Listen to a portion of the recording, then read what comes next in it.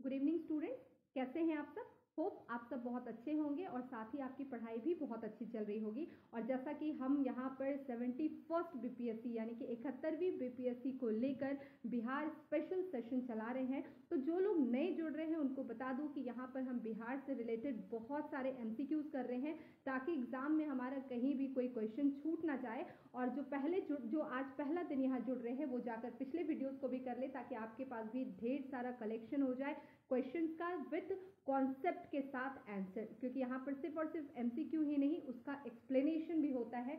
जितने क्वेश्चंस आप करेंगे, जितना एक्सप्लेनेशन आप सुनेंगे, उतना ही आपके लिए हेल्पफुल होगा। ठीक है, तो चलिए हम बिहार को लेकर बिहार का किसी भी पार्ट को हम छोड़ने वाले नहीं हैं। हमने मैप भी कर लिया और अभी हमने हिस्ट्री शुरू किया है, तो चलिए बिहार का इतिहास को हम करते हैं और कुछ पार्ट जो हो चुका है उसके आगे हम आगे बढ़ रहे हैं। तो देखिए आज हमें क्या पढ़ना है। तो आज बिहार में जो एमसीक्यू बनाएंगे वो हम है ऐतिहासिक काल का आरंभ। इस टॉपिक से हम क्वेश्चंस को सॉल्व करेंगे। तो चलिए क्वेश्चन की तरफ बढ़ते हैं। पहला क्वेश्चन है, बिहार सहित पूर्वी भारत में आर्यों का आगमन हुआ था अनुमानतः। तो क्या पूछ रहा है, बिहार सहित कहाँ पूर्वी भारत में आर्यों का आगमन कब हुआ था, किस काल में हुआ था। ठीक है, तो देखिए एक बात बता दूं, कभी कभी क्वेश्चन का लेवल बहुत इजी देखकर हम ओवर एक्साइटेड हो जाते हैं, क्योंकि जैसा कि आप यहाँ देख रहे हैं एक की पॉइंट आर्यों का आगमन, तो हमको लगता है कि यार ये तो पूछ रहा है आर्यों का आगमन, हमें पता ही है कि कब है। ठीक है, तो ये गलती नहीं करिएगा। तो चलिए पहले हम इस पर डिस्कशन करेंगे, पहले आंसर को देख लेते हैं। तो यहाँ पर क्वेश्चन ऑप्शन क्या है, ऋग वैदिक काल, महाजनपद काल, उत्तर वैदिक काल या उपर्युक्त में से कोई भी नहीं। ठीक है, तो इसका आंसर क्या होगा, इसका आंसर होगा सी, उत्तर वैदिक काल यानी कि लेटर वैदिक पीरियड। ठीक है, चलिए इसको थोड़ा सा हम एक्सप्लेन करके समझ लेते हैं कि यहाँ पर हमेशा मैं बोलती हूँ इस बात को कि जब भी आप क्वेश्चन पढ़े की पॉइंट्स को हमेशा ध्यान रखें।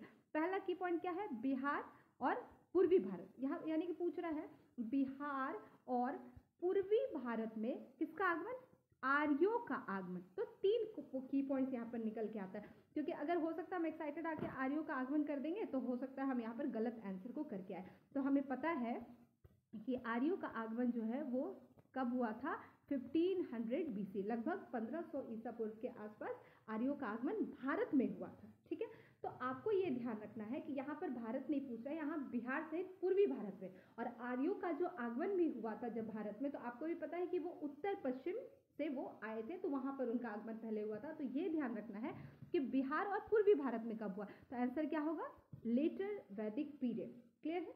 अब यहाँ पर देखिए, अगर आपको ये सवाल बनता कि भारत में आर्यों का आगमन कब हो रहा है, तब आप क्या करते, तब आप करते ऋग वैदिक काल। ठीक है, क्योंकि हमें भी पता है कि इस समय में आर्यंस यहाँ आए और फिर वो उनके आने के बाद ऋग्वेद की जो रचना हुई, इसीलिए उस काल को हम क्या कहते हैं, ऋग वैदिक काल। ठीक है, तो यहाँ पर आपको भारत में नहीं पूछ रहा, आपको बिहार में पूछ रहा, तो ध्यान रखेंगे लेटर वैदिक पीरियड। क्लियर है यहाँ पे।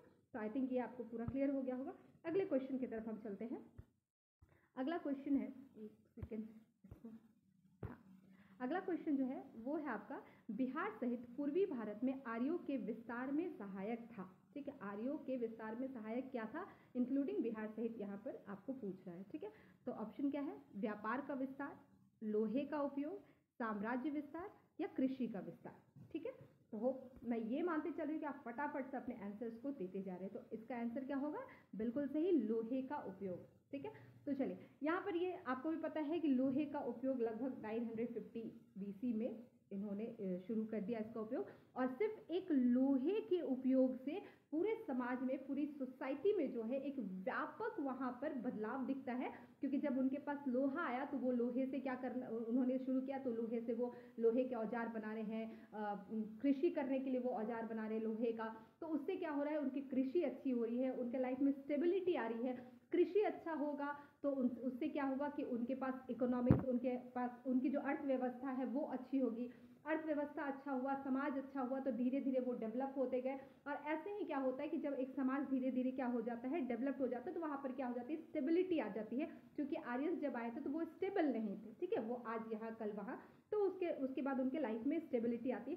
तो इसी तरह सिर्फ और सिर्फ एक लोहे के प्रयोग से क्या हो गया, समाज में बहुत सारी सामाजिक दशा, आर्थिक दशा, इवन आपका जो धार्मिक दशा है वो भी यहाँ पर क्या होता है, बदल जाता है। तो बहुत सारे बदलाव हो गए और इसीलिए ये क्वेश्चन क्या पूछ रहा है कि आर्यों के विस्तार में यहाँ पर सहायक था। तो आंसर क्या होगा, लोहे का उपयोग। क्लियर है ये? ठीक है, हम अगले क्वेश्चन की तरफ बढ़े। अगला क्वेश्चन देखिए, अगला क्वेश्चन कह रहा है कि श्रुति तथा किंवदंती के अनुसार महाभारत युद्ध के समय बिहार में मुख्य राज्य कौन कौन थे। ठीक है, श्रुति मतलब ये कहा जा रहा है कि मतलब सुनने, आप श्रुति मतलब सुनना होता है ना, या आपने जो किस्से कहानियां सुने हैं उसके हिसाब से महाभारत युद्ध के समय बिहार का मुख्य राज्य कौन कौन था। तो ये ऑप्शन क्या है, मगध तथा विदेह। क्लियर है? दूसरा अंग एवं लिच्छवी। तीसरा उपयुक्त ए एंड बी, यानी कि ये भी और ये भी, और या फिर उपयुक्त में से कोई नहीं, उपयुक्त में से कोई नहीं। तो इसका आंसर क्या होगा, इसका आंसर होगा सी, यानी कि उपयुक्त ए एंड बी, यानी कि महाभारत युद्ध के समय बिहार में मुख्य राज्य मगध, विदेह, अंग एवं लिच्छवी। क्लियर है? तो यहाँ निम्नलिखित जितने भी आपके ऑप्शन दिए गए ये सभी होगा, तो यानी कि ये चारों होगा जो उस समय में मुख्य राज्य थे। ठीक है, क्लियर है ये? चलिए अगले क्वेश्चन की तरफ बढ़े। अगला क्वेश्चन देखिए, अगला क्वेश्चन है वेद के किस ग्रंथ में बिहार के विदेह राज्य में आर्यों के आगमन तथा निवास का साक्ष्य विवरण मिलता है। ठीक है, तो क्वेश्चन आप समझ गए होंगे। यहाँ पर क्या पूछ रहा है कि वेद के कौन से ग्रंथ में यहाँ पर किसका, विदेह राज्य में, विदेह राज्य आप समझते हैं जो मिथिलांचल वाला क्षेत्र है उसको विदेह राज्य बोला जाता था। तो यहाँ पर विदेह राज्य में आर्यों के आगमन मतलब आर्यों का आने का और उनके निवास करने का साक्ष्य विवरण उसमें वहां पर मिलता है। ऑप्शन क्या है, शतपथ ब्राह्मण, ऐत्रेय ब्राह्मण, तैत्रीय ब्राह्मण या गोपथ ब्राह्मण। ठीक है, तो आपका आंसर होगा शतपथ ब्राह्मण। शतपथ ब्राह्मण यानी कि आप ऐसे इसको लिख सकते हैं कि शतपथ ब्राह्मण में विदेह राज्य में आर्यों के आगमन एवं निवास का क्या होता है, प्रमाण, वहां पर जो विवरण है वो वहां पर मिलता है। क्लियर है ये? चलिए आगे बढ़े, अगले क्वेश्चन की तरफ देखिए। हाँ, यहाँ पर अगला क्वेश्चन क्या कहता है कि बिहार का कौन सा प्राचीन राज्य आरंभ में बहुत दिनों तक आर्यावर्त के बाहर था तथा अनार्य जाति के लोगों का आवास स्थल रहा था। क्लियर है? चलिए, तो यहाँ पर ऑप्शन क्या दिया गया, तिरहुत, विदेह, मगध या उपयुक्त में से कोई नहीं। तो देखिए क्वेश्चन ध्यान से पढ़िएगा, क्वेश्चन क्या पूछ रहा है कि बिहार का कौन सा प्राचीन राज्य आरंभ में, एकदम शुरुआती दौर में आर्यावर्त के बाहर, जो आर्यन थे उनसे बाहर तथा अनार्य जाति यानी कि जो लोकल लोग थे उनका वो आवास स्थल रहा था। तो इसका आंसर क्या होगा, मगध। इसका आंसर होगा मगध। क्लियर है? चलिए अगला क्वेश्चन हम देखते हैं। अगला क्वेश्चन है बिहार में उपनिषद काल में ब्राह्मण धर्म तथा ज्ञान का महान केंद्र था। ठीक है, तो क्या पूछ रहा है, बिहार की बात की जा रही है। तो देखिए बिहार का आप इतिहास जब भी पढ़ेंगे, एक तो बिहार का इतना समृद्ध इतिहास है और उसके बाद इतिहास को पढ़ते हुए आपको बहुत ही गौरवान्वित फील होगा कि ये बिहार, इस बिहार में हम रहते हैं जो बिहार से बिलोंग करता है, तो काफ़ी आपको गौरव फील होता होगा और उसी गौरवशाली बिहार को हमें फिर से उसी तरह बनाने की बहुत ज़्यादा ज़रूरत है। ठीक है, तो देखिए क्या पूछ रहा है कि बिहार में उपनिषद काल में ब्राह्मण धर्म तथा ज्ञान का महान केंद्र था। तो आपके पास ऑप्शन क्या है, अंग, लिच्छवी, विदेह या मगध। तो आपका आंसर क्या होगा, विदेह। ठीक है, मिथिलांचल वाला क्षेत्र, तो ये काफ़ी वो ज्ञानियों की वो भूमि थी, वो है ना, तो वो ध्यान रखेंगे, विदेह। क्लियर है? अगला क्वेश्चन देख लें हम। अगला क्वेश्चन देखिए, अगला क्वेश्चन है कि अथर्ववेद में व्रात्य शब्द का प्रयोग किस राज्य के लोगों के लिए किया गया है। ठीक है, तो वर्ड याद रखिएगा, व्रात्य। ठीक है, तो किसके लिए, विदेह, मगध, कुरु या अंग। ठीक है, तो ये फैक्चुअल है, आप ध्यान रखिएगा कि अथर्ववेद में व्रात्य शब्द का प्रयोग जो किया गया है वो किया गया है मगध के लोगों के लिए किया गया है। क्लियर है? ये आप ध्यान रखेंगे। अगला क्वेश्चन देख लेते हैं। अगला क्वेश्चन है बिहार का कौन सा राज्य उत्तर वैदिक काल का एक महत्वपूर्ण राज्य था। ठीक है, तो देखिए ये भी इंपॉर्टेंट क्वेश्चन है क्योंकि यहाँ पर देखिए आप विदेह से बहुत सारे आपको क्वेश्चन देखने को मिल रहे हैं। ठीक है, तो क्या पूछ रहा है, बिहार का कौन सा राज्य उत्तर वैदिक काल का एक महत्वपूर्ण राज्य था, मगध, अंग, वज्जी या विदेह। आपका आंसर होगा आपका आंसर होगा विदेह। क्लियर है? तो विदेह जो है वो बहुत ही महत्वपूर्ण राज्य था। ठीक है, कब की बात हो रही है? तो उत्तर वैदिक काल की बात की जा रही है। क्लियर है? अगला क्वेश्चन देख लें। अगला क्वेश्चन देखिए, अगला क्वेश्चन है आपका कि बिहार के भौगोलिक क्षेत्र की चर्चा सर्वप्रथम किस साहित्यिक रचना में मिलती है? यहाँ पे बिहार के भौगोलिक क्षेत्र की जो ज्योग्राफिकल एरिया है बिहार का, उसकी चर्चा सर्वप्रथम किस साहित्यिक रचना में मिलती है? कौन सी पुस्तक में मिलती है? तो ऑप्शन क्या है? अथर्ववेद, सामवेद, वायु पुराण या फिर शतपथ ब्राह्मण, या फिर शतपथ ब्राह्मण। तो आपका आंसर क्या होगा? डी, शतपथ ब्राह्मण। क्लियर है? ठीक है, अगला क्वेश्चन देख लें। देखिए अगला क्वेश्चन अब आपके महाजनपद से है, और ये एक ऐसा टॉपिक है जो वेरी वेरी वेरी, जितना वेरी आप लगा सकते हैं लगा लीजिए, ये बहुत ज़्यादा इंपॉर्टेंट है, यहाँ से भी कई सवाल बनते हैं। क्लियर है? तो चलिए महाजनपद से कुछ सवाल हम देख लें। देखिए महाजनपद में पहला सवाल जो आपके सामने है वो है, 6ठी शताब्दी ईसा पूर्व में भारत में 16 महाजनपदों का उदय हुआ। ये हमें भी पता है। ठीक है, इनमें से कितने महाजनपद वर्तमान बिहार के क्षेत्रों में स्थित थी? ठीक है, तो 16 महाजनपदों में पूछा जा रहा है कि कौन कौन सा महाजनपद जो है वो बिहार क्षेत्र में था। ठीक है, तो आपको यहाँ पर नाम नहीं दिया गया है, ऑप्शन बस दिया गया। तो यहाँ पर 2 महाजनपद, 3 महाजनपद, 4 या फिर 5। ठीक है, तो आपको याद रखना है आंसर क्या होगा? 3 महाजनपद। तो याद रखिएगा 3 महाजनपद, आप हो सके तो नोट डाउन भी कर लीजिए कि 3 कौन कौन से महाजनपद। तो देखिए पहला तो आपको पता ही है मगध, ये तो आपको याद रहना चाहिए। 16 महाजनपद में मगध जो बिहार में था, उसके अलावा अंग वो भी बिहार में, उसके अलावा वज्जी। तो 3 ऐसे महाजनपद जो बिहार में स्थित थे 16 महाजनपदों में। फिर से बोल रही हूँ, मगध, अंग और वज्जी, ये 3 यहाँ पर महाजनपद थे बिहार में। क्लियर है? उसके बाद अगला क्वेश्चन ले लें। अगला क्वेश्चन है, निम्न में से कौन सा महाजनपद वर्तमान बिहार के क्षेत्र में स्थित नहीं था? फिर से अब देखिए वही क्वेश्चन यहाँ पर आ गया, जो मैंने आपको आंसर एक्सप्लेन किया वो यहाँ पर आ गया। क्या बोल रहा है कि निम्न में से, यहाँ पर आपको ये नाम दिए गए 4 महाजनपद के। अच्छा मैं आपको ये बता दूं, ये जो 16 महाजनपद का यहाँ जिक्र हो रहा है, आपको पूरा मेमोराइज हो जाना चाहिए। 16 का 16 महाजनपद विथ कैपिटल। ठीक है, 16 महाजनपदों के नाम आप याद रखेंगे और कैपिटल आपको याद रहेगा, तो मुझे नहीं लगता कि इस महाजनपद से आपके एक भी सवाल छूटेंगे, है ना? कॉन्सेप्ट क्लियर होना चाहिए। ठीक है, तो क्योंकि मैं इसलिए बोल रही हूँ क्योंकि मान लीजिए इस क्वेश्चन में तो 4 ऑप्शन यहाँ पर ये दे दिया गया, लेकिन आपको एग्जाम में कौन सा ऑप्शन देगा ये तो नहीं पता है ना आपको कि कब कौन सा ऑप्शन आएगा, इसलिए आपको पूरा 16 महाजनपद याद रखना है। ठीक है, तो अब इसमें बताइए कि कौन सा महाजनपद वर्तमान बिहार के क्षेत्र में स्थित नहीं था? तो बिहार में स्थित नहीं था, तो अभी जस्ट मैंने नाम बताया 3 महाजनपद जो बिहार में स्थित था। कौन कौन?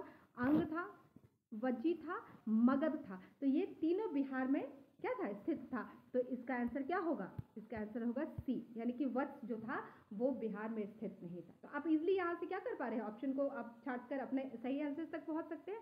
तो बस ये 3 नाम लेकिन ज़रूर याद रखिएगा कि अंग, वज्जी और मगध जो है वो बिहार में स्थित था, लेकिन इसमें आंसर क्या हुआ? जो बिहार में नहीं था वो वत्स पूछ रहा है। ठीक है, तो हो सकता है आपको एग्जाम में वत्स के बदले कुछ और क्वेश्चन मिल जाए। क्लियर है? चलिए अगला क्वेश्चन देख लें हम। अगला क्वेश्चन देखिए, अगला बोल रहा है कि बिहार के किन क्षेत्रों में अंग महाजनपद स्थित था? ठीक है, तो अंग अभी महाजनपद के बारे में जो हम पढ़ रहे हैं वो बिहार में कहाँ पर वो स्थित था? ठीक है, तो ऑप्शन देख लीजिए, पटना एवं गया, मुजफ्फरपुर एवं वैशाली, भागलपुर एवं मुंगेर, या उपयुक्त में से कोई नहीं। तो आपने आंसर दे दिया होगा, बहुत इजी क्वेश्चन है, भागलपुर एवं मुंगेर। अच्छा एक बात और बता दूं, यहाँ पर हमें पता है, आपको पता है कि हम बिहार स्पेशल सेशन कर रहे हैं, तो आपको सारे क्वेश्चन जो है वो बिहार से ही मिलेंगे, लेकिन एग्जाम में हमेशा ध्यान रखिएगा कि क्वेश्चन कहाँ से पूछ रहा है। जैसे कि मैंने वहाँ पर बोला कि पूछा गया था क्वेश्चन कि बिहार में आर्यों का आगमन कब हुआ, तो ये ध्यान रखिएगा बिहार इंक्लूड है या नहीं है, क्योंकि एग्जामिनेशन हॉल में जो आपको क्वेश्चन मिलेगा वहाँ पर सीरीज वाइज क्वेश्चन नहीं मिलेगा कि बिहार से है तो लगातार बिहार से ही पूछ रहा है ना, वो उलट पुलट कर क्वेश्चन पूछा जा सकता है। तो आप पूरी तरह से प्रिपेयर्ड रहेंगे और की पॉइंट को ध्यान रखेंगे, क्वेश्चन को पढ़ते के साथ की पॉइंट निकालेंगे। क्लियर है? तो चलिए इसका आंसर क्या होगा? भागलपुर एवं मुंगेर। क्लियर है? अंग महाजनपद कहाँ स्थित था? भागलपुर एवं मुंगेर में। क्लियर है? अगला क्वेश्चन हम देख लें। अगला बोल रहा है अंग महाजनपद की राजधानी थी, अंग महाजनपद की राजधानी थी। ये भी बहुत इजी क्वेश्चन है, तो ऑप्शन है गया, गिरिव्रज, वैशाली, चंपा। एंड कुछ क्वेश्चन तो ऐसे हैं तो मुझे नहीं लगता कि आप ऑप्शन देखते होंगे, ऑप्शन से पहले ही आपको क्या मिल जाता होगा, आंसर मिल जाता होगा, वो है चंपा, यहाँ पर मिल गया। ठीक है, तो अंग की राजधानी क्या थी, चंपा। तो राजधानी आपको 16 के 16 महाजनपद के नाम राजधानी के साथ याद होने चाहिए। क्लियर है? अब मैं बार बार जोर दे रही हूँ क्योंकि ये बहुत इंपॉर्टेंट पार्ट हो जाता है। ठीक है, अगले क्वेश्चन की तरफ बढ़ते हैं हम। अगला क्वेश्चन है कि बिहार के पटना तथा गया का जिला किस महाजनपद में सम्मिलित था। तो बिहार का कौन सा, पटना और गया जिला किस महाजनपद में सम्मिलित था। मुझे लगता है कि आपने आंसर बिल्कुल सही दे दिया, अंग, मगध, वज्जी या फिर अश्मक। ठीक है, तो इसमें से अच्छा आप थोड़ा सा और इजीली इसको कर सकते हैं कि पटना और गया जिला की बात हो रही है। ठीक है, तो देखिए यहाँ पर आपको ये भी पता है कि ये आपका साउथ वाला पार्ट है, इसको तो आप ऐसे ही छाट देंगे। ठीक है, ये आपको पता है बिहार का है, ये आपको पता है कि ये भी बिहार का है। ठीक है, और ये भी बिहार का है। ठीक है, तो यहाँ पर लेकिन आपको ध्यान रखना है, अब इजी क्या हो जाएगा आपके लिए कि यहाँ पर पटना का जिक्र हो रहा है। मान लीजिए आपको गया का नहीं भी पता हो कि है या क्या है नहीं पता, लेकिन जब पटना का जिक्र हो रहा है तो आप इजिली क्या कर सकते हैं, यहाँ पर मगध कर सकते हैं। क्लियर है ये? ठीक है, चलिए अब हम अगला देखते हैं, अगले क्वेश्चन की तरफ। अगला क्वेश्चन देखिए, अगला क्वेश्चन है आपका, मगध महाजनपद की राजधानी थी। ठीक है, तो ये तो सबको पता है। ठीक है, मैं इसमें ऑप्शन नहीं पढ़ूंगी, आपने आंसर दे दिया होगा, गिरिव्रज। ठीक है, गिरिव्रज। ठीक है, तो उसकी राजधानी गिरिव्रज। ठीक है, अगला क्वेश्चन हम देख लें। अगला क्वेश्चन देखिएगा कि मगध तथा अंग महाजनपद को कौन सी नदी पृथक करती थी। ये इंपॉर्टेंट हो सकता है क्योंकि यहाँ नदी पूछा जा रहा है। ठीक है, तो आप देख लीजिए कौन सी नदी पृथक करती थी किसको, मगध तथा अंग महाजनपद को। अस्सी नदी, वरुण नदी, चंपा नदी या इनमें से कोई नहीं, या इनमें से कोई नहीं। तो आपका आंसर क्या होगा, चंपा नदी, चंपा नदी। ठीक है, याद रखिएगा अंग की राजधानी भी चंपा, तो ये आपका इंपॉर्टेंट हो सकता है। ठीक है, चलिए अगला क्वेश्चन देख लें। अगला क्वेश्चन है आपका, बिहार में स्थित कौन सा महाजनपद 8 राज्यों का एक संघ था। तो बिल्कुल आपने 16 महाजनपद जब पढ़ा होगा उसी समय में एक आपने नाम पढ़ा होगा जिसको हम कहते हैं कि वो संघ था। ठीक है, वो संघ 8 राज्यों का एक संघ था। तो आपका ऑप्शन देख लीजिए, देखिए ऑप्शन क्या है, मगध, ऑप्शन क्या है, मगध, वज्जी, अंग या उपयुक्त में से सभी। ठीक है, तो आपने पढ़ा होगा, आप जब लिखते होंगे नोट में तब भी आपने लिखा होगा वज्जी संघ। ठीक है, आपने क्या लिखा होगा, वज्जी संघ, यानी कि वो संघ मिलाकर उस सॉरी मतलब 8 राज्य मिलाकर वो एक संघ बना था। ठीक है, तो अच्छा यहाँ पर थोड़ा सा इंपॉर्टेंट क्या हो जाएगा, आप नाम जान लें क्योंकि हो सकता है कि आपको सवाल यहाँ से भी पूछे जाए कि वज्जी संघ में जो 8 राज्य थे वो कौन कौन से थे। तो वो 8 राज्य के नाम आप लिख ले, मैं यहाँ पर बोल रही हूँ, लिख ले लिच्छवी। ठीक है, आप अपने हिसाब से स्पीड आप रोक कर वीडियो को लिख सकते हैं। लिच्छवी, विदेह, यात्रिक, वज्जी, उग्र, भोज, कौरव, इक्ष्वाकु। ठीक है, 8 राज्यों के नाम बता दिए, यही 8 राज्य मिलाकर एक संघ था जिसको हम वज्जी संघ कहते थे। मैं फिर से दोहरा दे रही हूँ, लिच्छवी, विदेह, यात्रिक, वज्जी, उग्र, भोज, कौरव और इक्ष्वाकु, ये 8 राज्य थे। क्लियर है? चलिए अगला क्वेश्चन देख लें हम अपना, अगले क्वेश्चन की तरफ बढ़िए। देखिए अगला क्वेश्चन क्या कह रहा है कि वज्जी संघ में कौन सा राज्य सम्मिलित नहीं थी। तो देख लीजिए आ गया क्वेश्चन, क्या ये भी पूछ सकता है कि कौन सा राज्य सम्मिलित था वज्जी संघ में। ठीक है, तो यहाँ पर क्या पूछा, कौन से राज्य सम्मिलित नहीं थी। तो मैंने 8 नाम बता दिए हैं अभी आपको, तो आप उसको देखकर इजीली आप बता सकते हैं कि कौन सा नहीं था। तो ऑप्शन में आपको बता दूं, लिच्छवी, यात्रक, विदेह या चेदी। तो ये तीनों वज्जी संघ में शामिल है, यानी कि आपका सही आंसर क्या होगा, चेदी। आपका सही आंसर क्या होगा, चेदी। क्लियर है ये? चलिए अगला क्वेश्चन देख लीजिए। अगला क्वेश्चन है, वज्जी संघ की राजधानी थी, वज्जी संघ की राजधानी क्या थी। ठीक है, तो ऑप्शन है वैशाली, मुजफ्फरपुर, कुंडग्राम या फिर मिथिला, या फिर मिथिला। तो आपका आंसर क्या होगा, वैशाली।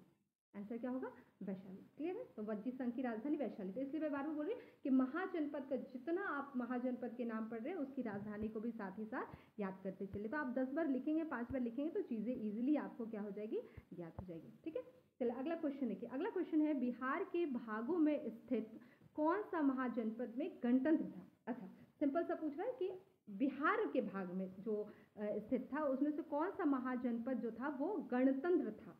तो आप देख रहे हैं गणतंत्र, ये कितने हजारों साल पहले हमारे यहाँ ये गणतंत्र की बात यहाँ पे आ चुकी थी। ठीक है, तो हम अपने ऑप्शंस को देख लेते हैं। ऑप्शन क्या है, मगध, वज्जी, अंग या उपयुक्त सभी। एंड मैं जान सकती हूँ कि आपने आंसर दे दिया होगा। आंसर क्या है? वज्जी। आंसर क्या है? वज्जी। यानी कि वज्जी महाजनपद जो थी वो बिहार में जो थी उसमें गणतंत्र आ चुका था। ठीक है, वो गणतंत्र था। ठीक है, चलिए अगला क्वेश्चन देख लें हम। अगला क्वेश्चन है, ईसा पूर्व 6ठी सदी में विश्व की प्रथम गणतंत्रात्मक व्यवस्था कहाँ थी? ठीक है, व्यवस्था कहाँ थी? देखिए वही क्वेश्चन है, थोड़ा सा उसको घुमा कर, और ये पूछा भी जा चुका है बीपीएससी में एक बार। ठीक है, तो चलिए इसको हम देख लेते हैं कि ऑप्शन क्या है। Vaishali, Athens, Sparta and Pataliputra. तो अच्छा देखिए, अब देखिए क्वेश्चन कैसे, आपको एक ही क्वेश्चन को अलग अलग तरीके से। इससे पहला वाला क्वेश्चन आपको क्या पूछा गया कि बिहार के भागों में कौन सा महाजनपद में गणतंत्र था, तो यहाँ महाजनपद का नाम पूछ रहा था। आपको पता है कि वज्जी में था।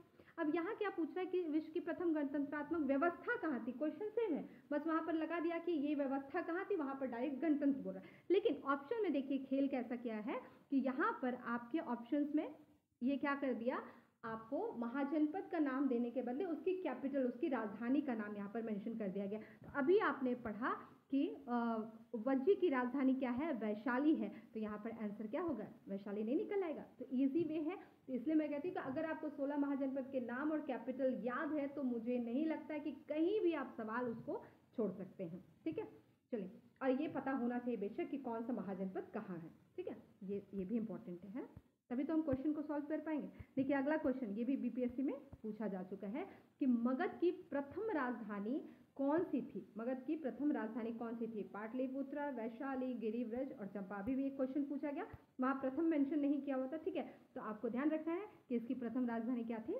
गिरिव्रज। ठीक है, गिरिव्रज, राजगीर, जो आपको ऑप्शन देगा अपने अकॉर्डिंग आप कर सकते हैं। ठीक है, अगला देख लीजिए। अगला क्या है? प्राचीन भारत के 16 महाजनपदों में एक था। प्राचीन भारत के 16 महाजनपदों में एक था। कौन है? देखिए ऑप्शन देखिए, चंपा, नालंदा, वैशाली और अंग। तो देखिए आपको 16 महाजनपद याद है, तो आपको भी पता होना चाहिए कि यही एक महाजनपद है, यही एक है चारों ऑप्शन में जो महाजनपद है। क्लियर है? ठीक है, क्योंकि ये भी आपकी क्या है? ये भी राजधानी है। ठीक है, ये भी राजधानी है। ठीक है, ये वज्जी की राजधानी है, ये अंग की राजधानी है। तो यहाँ पर आप इसको ऐसे भी कट आउट कर सकते हैं, ऑप्शंस को 50-50 आप ऐसे ही कर देंगे। और ये आपको पता है कि ये नहीं, तो आपका आंसर क्या होगा? अंग। क्लियर है? इसका आंसर क्या होगा? अंग। क्लियर है? चलिए अगला क्वेश्चन देख लें। अब अगला क्वेश्चन देखिए क्या कह रहा है आपका कि विश्व का पहला गणतंत्र वैशाली में किसके द्वारा स्थापित किया? अच्छा देखिए, ये हमें पता है कि पहला गणतंत्र आप ऑप्शन में वैशाली आएगा, या फिर आपके ऑप्शन में वज्जी आएगा, तो आप उसको करेंगे। लेकिन अब पूछा जा रहा है कि किसके द्वारा स्थापित किया गया ये, तो वो देख लीजिए। ऑप्शन है क्या? मौर्य, नंद, गुप्त एंड लिच्छवी। मुझे नहीं लगता कि इस क्वेश्चन में भी आपको कुछ बताने की जरूरत है। तो यहाँ पर ये सब तो ऐसे ही कट जाएंगे, ये तो ऐसे ही एलिमिनेट हो गए। आप अगर मान लीजिए आपको नहीं भी याद है महाजनपद, आप शायद भूल रहे एक आध कुछ भी इधर उधर, तो आप ऑप्शन देख के भी आप क्या कर सकते हैं, आपको नहीं भी पता आप इसको पहले ही एलिमिनेट कर दीजिए, तो आपका सही आंसर निकल आएगा ना। तो आपका सही आंसर क्या होगा? लिच्छवी। क्लियर है? तो चलिए आज के लिए हम इतना ही रहने देते हैं। नेक्स्ट क्लास में बहुत इंपॉर्टेंट टॉपिक फिर से हम बौद्ध धर्म और जैन धर्म को लेकर आएंगे। एमसीक्यू उससे आपको बहुत सारे मिलेंगे, क्योंकि वो भी काफ़ी ज़्यादा इंपॉर्टेंट है, तो हमने सोचा कि उसको हम इकट्ठा कर दें। क्लियर है? तो चलिए आज के लिए इतना ही, तब तक आप अपना ध्यान रखें। Thank you so much.